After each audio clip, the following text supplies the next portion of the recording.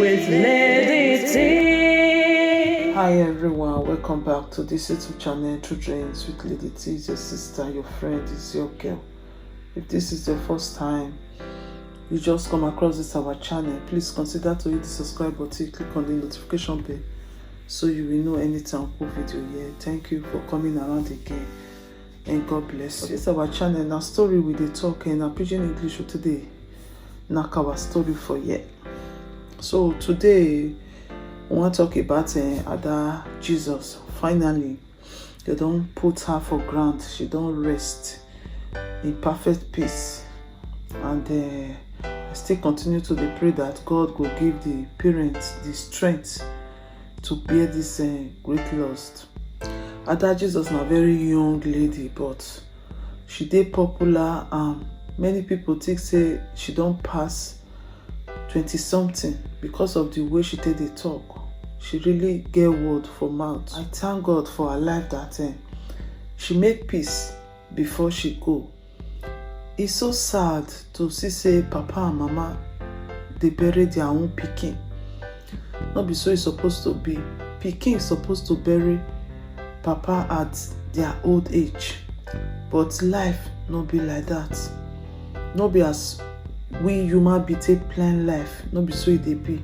You when they listen to this my voice, and me when they talk, God not go make us die untimely death.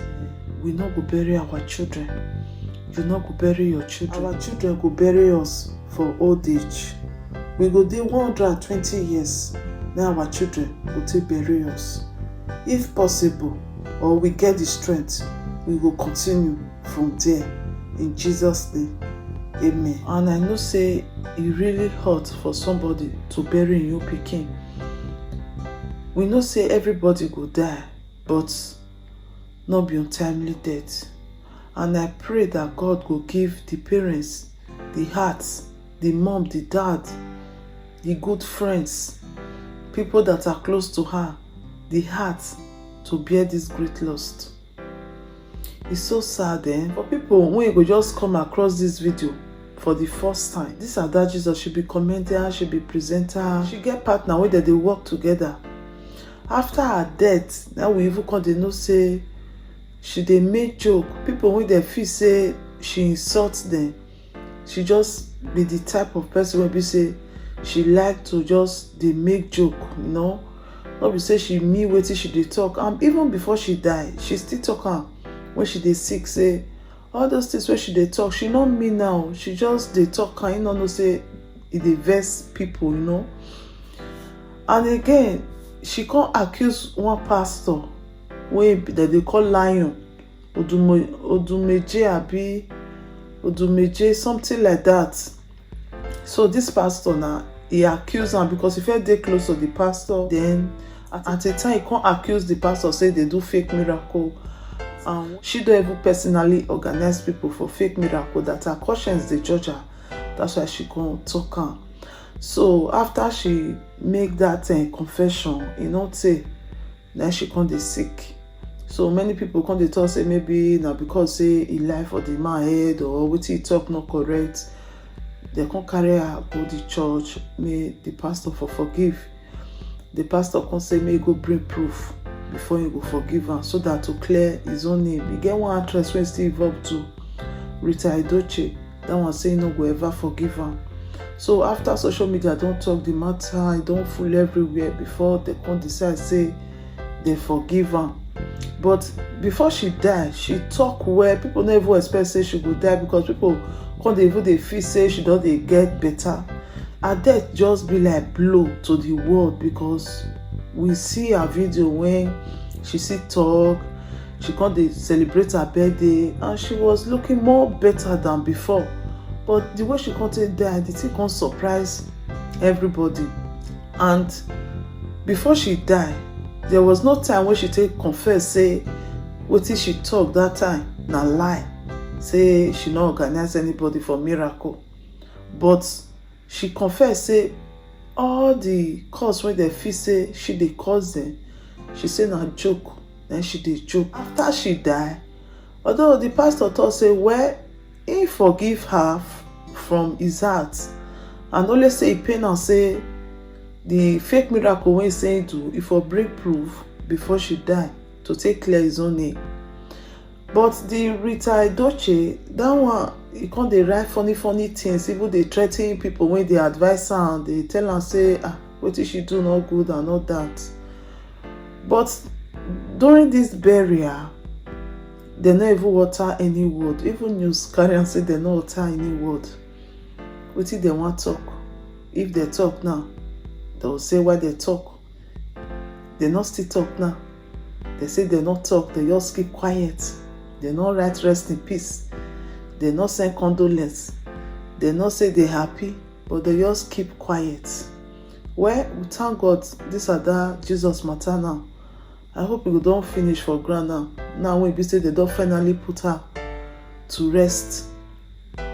So na so life be. Life continue. This life wey we dey live so, nobody knows tomorrow. Nobody know the day of the judgment day, because people dey wait say one day judgment go just come, or just judge everybody. Na the day when person die, na be the person judgment day. So how you live your life on earth, na be the most important thing. Live a clean life and know God, and not do bad, not put tears for people eye. Just live your best life and make sure say your hands are clean. That will be the most important one, because nobody know the detail for everyone. One big thing when be say Ada Jesus do before she die, she make peace. She tried to make peace with everybody when be say she offend, or they feel say she offended. She asked for forgiveness. So the people wey come forgive her, na their luck. Who not still forgive her, na their luck, because she make peace. And I believe say she go make heaven. And her own evil good, because she don already know say she dey go. That's why she make peace. Not be everybody get this kind of opportunity to know say this one wey dem dey so now die, they wan die, so make dem just make peace. Not be everybody get that opportunity. Some people won't go just come crack boom. You understand? So before they come dey run, make dem go make peace. Time not dey again. You understand? So not be everybody go get this kind of opportunity to make peace before they die. Now not see some when be say they'll just sleep, they not wake up. All those who are not fit still make peace. Maybe they'll say tomorrow, next tomorrow, I'll forgive tomorrow, I'll forgive next tomorrow. They don't know the detail. So when somebody asks you for forgiveness, forgive.